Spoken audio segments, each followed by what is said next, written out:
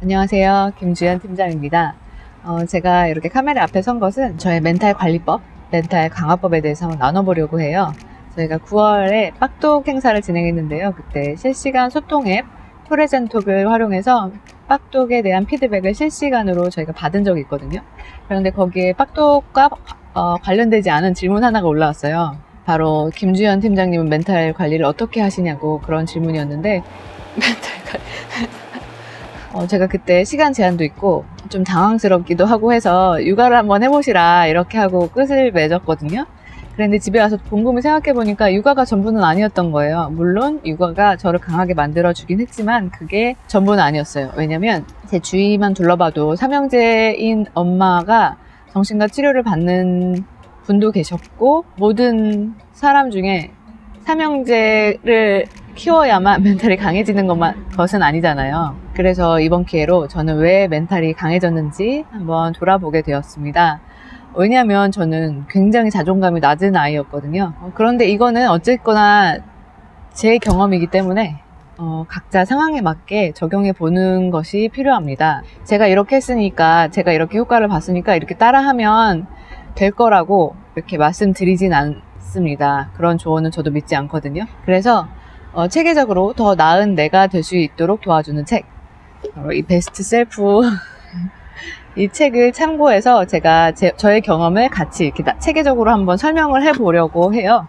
제가 초등학교 3학년 때쯤에 한 친구가 저한테 벙어리였는 줄 알았다는 이야기를 들은 적이 있어요. 제가 너무 말을 안 했던 거예요. 항상 웃기만 하고 그냥 빙그레 미소만 짓고 말을 안 하는 아이였던 거예요. 저는 또 그때 그 친구의 말을 듣고 굉장히 저도 좀 충격을 받았는데 내가 그렇게 말을 안 하나? 그런 마음이 들어서 돌아보면 저는 굉장히 부끄러움이 많은 아이였고 사람들 앞에서 말할 기회도 많지 않았고 가족 간의 대화도 많이 없었고 그리고 부모님이 저희 막내 남동생이 다운 증후군인데 그 장애아를 키우면서 이렇게 어려움을 많이 겪으셨기 때문에 굉장히 엄마가 슬퍼하시는 모습을 또 많이 봤고 부모님이 싸우시는 모습도 많이 목격했고 그래서 그런 부모님의 스트레스가 저희한테 이렇게 혼내는 모습으로 자꾸 이렇게 표현이 좀 됐던 것 같아요. 그래서 저는 뭔가 이렇게 막 큰 잘못을 하는 아이는 아니었는데 좀 많이 주눅이 들어 있었던 것 같아요. 그래서 말을 하지 않는 아이였습니다. 그렇지만 제가 제 어린 시절을 이렇게 불행하다고 생각하지 않는 이유는 저희 부모님이 저를 확실히 사랑한다는 그 절대적인 믿음이 있었고 제가 또 저의 감정을 일기로 분출해왔기 때문입니다. 초등학교 6년 내내 썼던 일기장을 아직도 보관하고 있는데요. 그때 제 감정을 이렇게 적으면서 그 쓰기의 효과를 제가 많이 봤던 것 같아요. 그래서 저의 멘탈 강화법 첫 번째는 내 생각을 아웃풋하자입니다. 처음 블로그를 쓰기 시작한 것도 첫 아이를 임신하기 시작하면서였습니다. 처음에 임신했을 때 그 기형아 검사를 봤는데 그 중에 하나가 쿼드 검사라는 검사가 있어요. 근데 그때 270분의 1 이하면 좀 기형아 출산 확률이 높은 걸로 보고 양수 검사를 하기를 권하거든요. 제가 45분의 1이 나왔어요. 그때 제가 상담을 받으면서 제 동생이 다운 증후군이라고 말을 했더니 왜 이제야 말을 했냐고 그렇게 말씀하시는 거예요, 의사 선생님께서. 그래서 그때 제가 뭐가 잘못된 건 줄 알고 그리고 제 아이가 다운 증후군이라는 이제 확신 같은 거를 갖게 되면서 그때 정말 많이 울었던 것 같아요.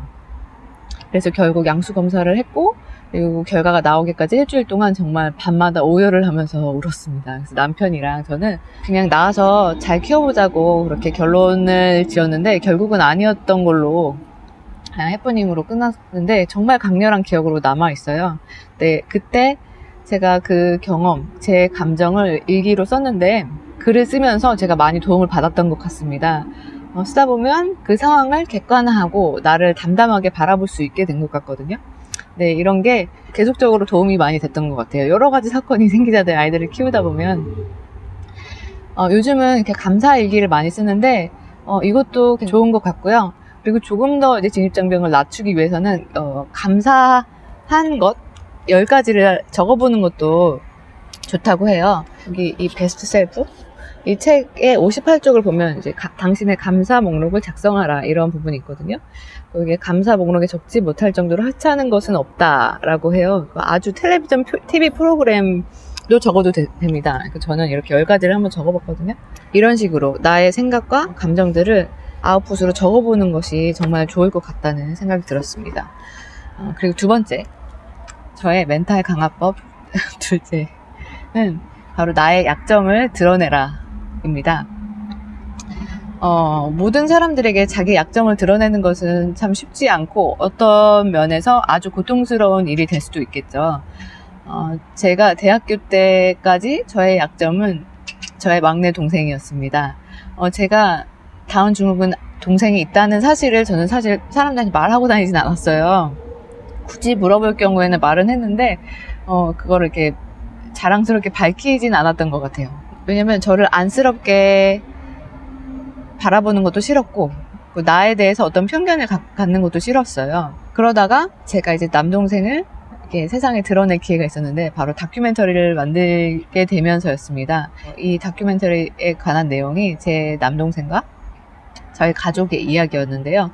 그거를 완전 이제 세상에 드러내놓고 이제 어떤 영화제도 초청되고 뭐 TV에도 나오고 하면서 그 제가 약점이라고 생각했던 부분을 완전 이렇게 드러냈는데 아무 일도 일어나지 않았던 거예요. 그리고 어떤 사람도 저를 손가락질 하지 않았어요. 뭐 그 걱정은 제가 그냥 했던 걱정이었던 거죠. 그러고 나서 보니까 제가 가지고 있던 두려움이 별게 아니었다는 생각?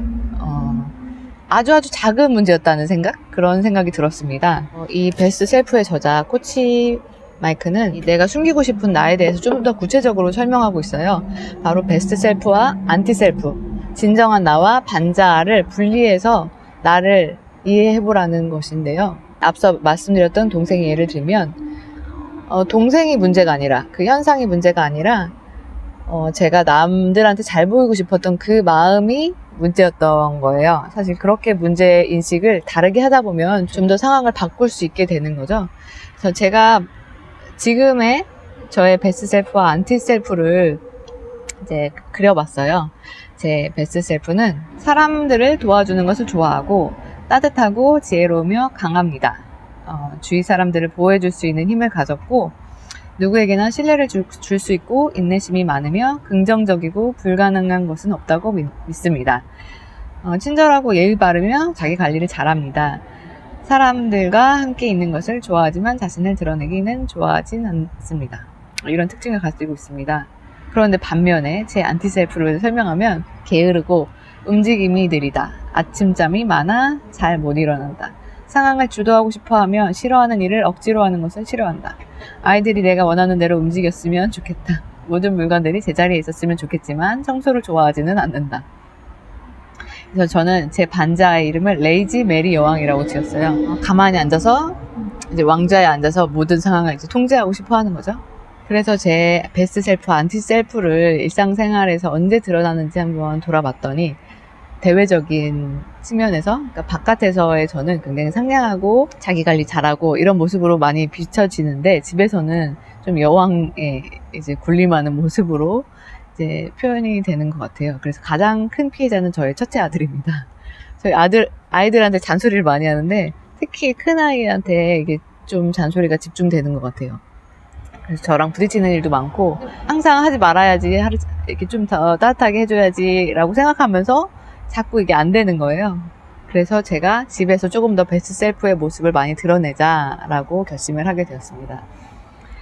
여기서 다시 느끼는 것은 저를 드러낸다고 이제 문제가 될 건 없다는 거예요. 제가 문제를 바로 이제 직시하고 그거를 어떻게 변화시키려고 할 때 이제 그때부터 변화가 시작된다고 생각하거든요. 사실 제가 감추고 싶었던 약점을 드러내면 그때부터 이제 그 약점은 약점이 아닌 거예요. 그래서 더 이상 저를 위협하지 않는다고 생각합니다. 그래서 여러분도 한번 베스트 셀프와 안티 셀프 한번 그려보시고 베스트 셀프를 어떻게 더 드러낼 수 있을지 한번 고민해 보셔도 좋을 것 같습니다. 그리고 세 번째 멘탈 강화법은 남 탓하지 마라입니다. 이렇게 살다 보면 가끔씩 이렇게 멘탈이 무너지는 상황들이 생기잖아요. 어떤 사건들이 갑자기 느닷없이 이렇게 생겨요. 제가 이렇게 되게 곱게 잘한 것 같지만 여러 가지 일들을 많이 접했던 것 같아요. 시댁에서 이제 사업 취업이 실패하시면서 이제 경제적인 어려움도 겪었고, 저희 아이들이, 저희 큰아이가 학교에서 친구들한테 괴롭힘을 당한 적도 있었고, 그리고 남편과의 갈등도 있었고, 그러니까 여러 가지 그런 문제점들이 제가 그냥 잘 살고 있는다고 그러니까 평온한 삶이 이제 계속 되는 건 아니고, 밖에서 외부적인 요인들이 이렇게 들어오잖아요. 그럴 때 남 탓을 하지 말라는 거예요. 그러니까 만약에 큰아이를 괴롭히는 친구들한테 이제 화살을 제가 돌렸으면 엄청 원망을 많이 했겠죠. 남편이랑 불화가 있더라도 남편의 잘못이라고만 생각했으면 문제는 해결되지 않았을 거예요. 그래서 그 화살을 남들에게 돌리기보다 저한테 돌리라는 거예요. 내가 중심을 잘 잡고 어떤 문제점이 있었는지, 나에게 어떤 문제가 있었는지를 돌아보면 반드시 좋은 쪽으로 변화할 거라고 믿습니다. 이런 예 중에 하나가 저의 취업 사례인데요. 제가 체인지그라운드를 만났던 거는 정말 큰 행운이었지만 그 전에 준비가 되어 있었기 때문에 그 기회를 움켜잡았다고 생각해요. 그래서 제가 경력 단절이라고 그 상황에서 그냥 주저앉아 있었으면 아무 일도 일어나지 않았을 거예요. 그래서 저는 사업자 등록도 하고 주위 사람들이 부탁하는 일들도 이제 무료로 해드리기도 하고 알바를 구하기도 하고, 그러니까 뭔가 금전적인 보상을 바라기보다 내가 무엇을 할 수 있는지에 집중하고 내가 할 수 있는 일을 찾아서 적극적으로 나서다 보면 언젠간 기회가 찾아오게 되고 그 기회를 움켜잡을 수 있을 거라고. 그래서 환경 탓을 하지 말고 만약에 비난을 하고 싶으면 나에게 하라. 그러면은 좀 더 상황이 좋은 쪽으로 바뀔 수 있다. 이게 세 번째 저의 멘탈 강화 법입니다. 여기 이 책에 한 가지, 이 책에 그 남 탓하지 말라는 부분이 있어요. 한번 찾아볼게요. 121쪽. 지금 한번 읽어볼게요. 제가 이 부분이 너무 좋아가지고. 당신이 지금 느끼는 기분이나 지금 경험하는 상황을 두고 다른 사람을 탓하는 순간은 당신이 스스로의 힘을 포기하는 순간이다. 자신의 힘을 포기한다는 것은 결국 자신의 삶에 대한 결정권을 내던지고 자신의 삶을 책임지지 않겠다는 것이다. 자신의 삶을 책임지지 않고 포기하는 것은 자기 파괴적 행위가 될 수 있다. 우리가 최고의 자아와 하나가 되기 위해서는 우리 삶에서 일어나는 모든 것을 항상 책임져야 할 필요가 있다. 세상이 우리에게 일부러 못된 짓을 하는 것처럼 보이는 순간에도 통제력을 잃지 않아야 한다. 그래서 어떤 사건에 어떻게 반응하는지는 전적으로 우리의 선택에 달려있다. 이런 이야기가 적혀 있어요. 남 탓을 하지 마라 이 부분이 있는데 제가 줄을 많이 그어놨죠. 이 부분을 꼭 한번 읽어보셨으면 좋겠어요. 그 다음 제 멘탈 강화법 네 번째, 삶의 목표, 삶의 사명을 찾아라 입니다. 저한테 아이들은 제 삶의 이유이자 원동력입니다. 대부분의 부모님들이 그러시겠지만 아이들을 키우면서 정말 강해질 수 있어요. 왜냐면 극도의 행복과 극한의 두려움과 슬픔과 분노 이런 것을 모두 겪게 되거든요. 그렇게 해서 제가 이제 강하게 됐다고 이렇게 말씀드리는 건데, 그래서 씩씩한 엄마가 돼야 되겠다고 제가 결심을 했습니다. 어떤 고통이 있다면 제대로 맞서기로 제가 마음을 먹었는데요. 그래서 어떤 삶의 이유, 내가 살아야 할 이유가 있으면 삶은 저절로 이제 돌아간다고, 삶은 저절로 움직인다고 이제 생각을 해요. 그리고 또 저에게 생긴 또 다른 사명이 있는데, 아이들 말고 그것은 엄마들에게 성장하는 즐거움을 주고 싶다는 사명입니다. 이게 요즘에 엄마들을 보면, 많은 부모님들을 보면 아이들 교육에 좀 비정상적으로 이렇게 집중되어 있는 모습이 보여요. 그래서 아이의 성장에 너무 초점을 맞춰 있는 부분이 조금 아쉬운 부분이 있거든요. 그래서 그 집중을 그 시선을 아이에서 나에게로 돌리면, 나의 성장에 집중을 하다 보면 결국 이제 선순환이 생길 거라고 믿거든요. 제가 공부하는 걸 좋아하면 아이도 공부하는 걸 좋아하는 아이가 될 확률이 높겠죠. 계속 저는 안 하면서 이제 아이한테 잔소리 하는 것보다. 그리고 우리가 성장 경로를 봤을 때 공부를 잘해서 수능 점수를 잘 받고 좋은 대학에 가고 대기업에 취업하고 또 결혼을 하고 육아하고 계속 평범해 보이는 그 성장 사이클을 그렇게 하면 막연하게 행복해질 것이라고 믿는 게 잘못된 것 같아요. 그러니까 제 주위 사람들만 봐도 그 성장 경로를 완벽하게 따라서 이제 하는 사람들을 거의 못 봤거든요. 그런데 그것을 막연히 무작정 쫓아서 아이에게 적용한다는 것은 굉장히 실패할 확률도 많겠죠. 그리고 아이가 만약에 잘못되었을 때 그때 또 죄책감도 엄마가 가지게 될 수 있고요. 그래서 제가 먼저 이렇게 성장해 나가는 모습을 제 삶을 통해서 보여드리려고 합니다. 그게 제 바로 사명이 되었습니다. 그리고 마지막 5번째는 신앙심을 가지라는 것입니다. 제가 여기서 약간 오해가 생길 수도 있는데 종교를 가지라는 어떤 특정한 종교를 가지라는 말씀은 아니에요. 여기 베스트셀프 11장에는 영성의 개발 편이 있는데요. 이 11장에 보면 영성의 개발이라는 부분이 나옵니다. 이에 영성에 대해서 설명이 나와요.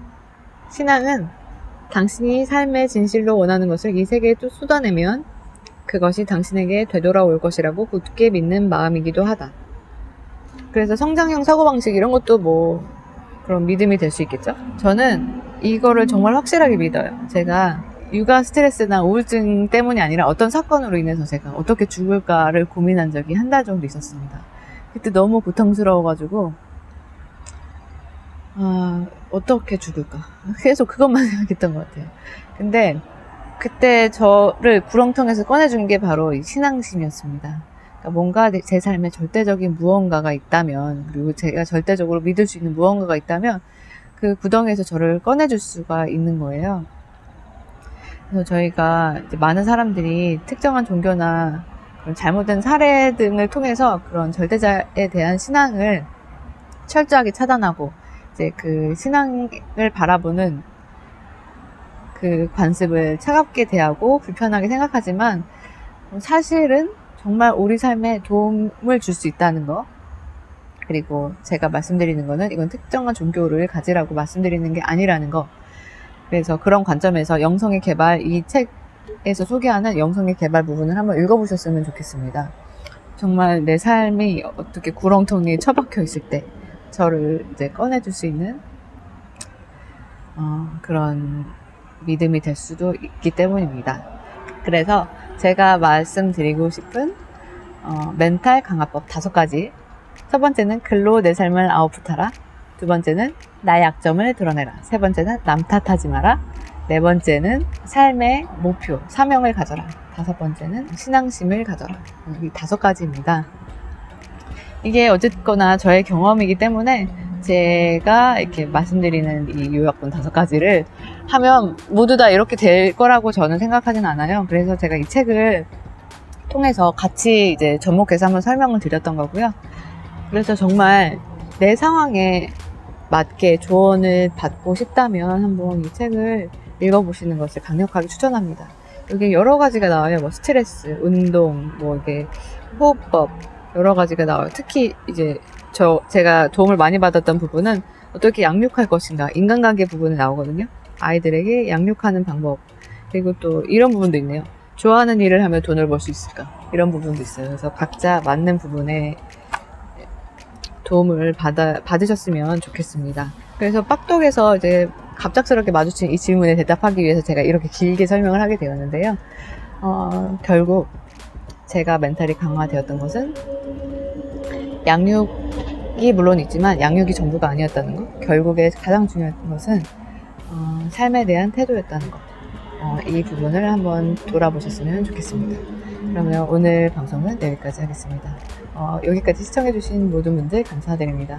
안녕히 계세요.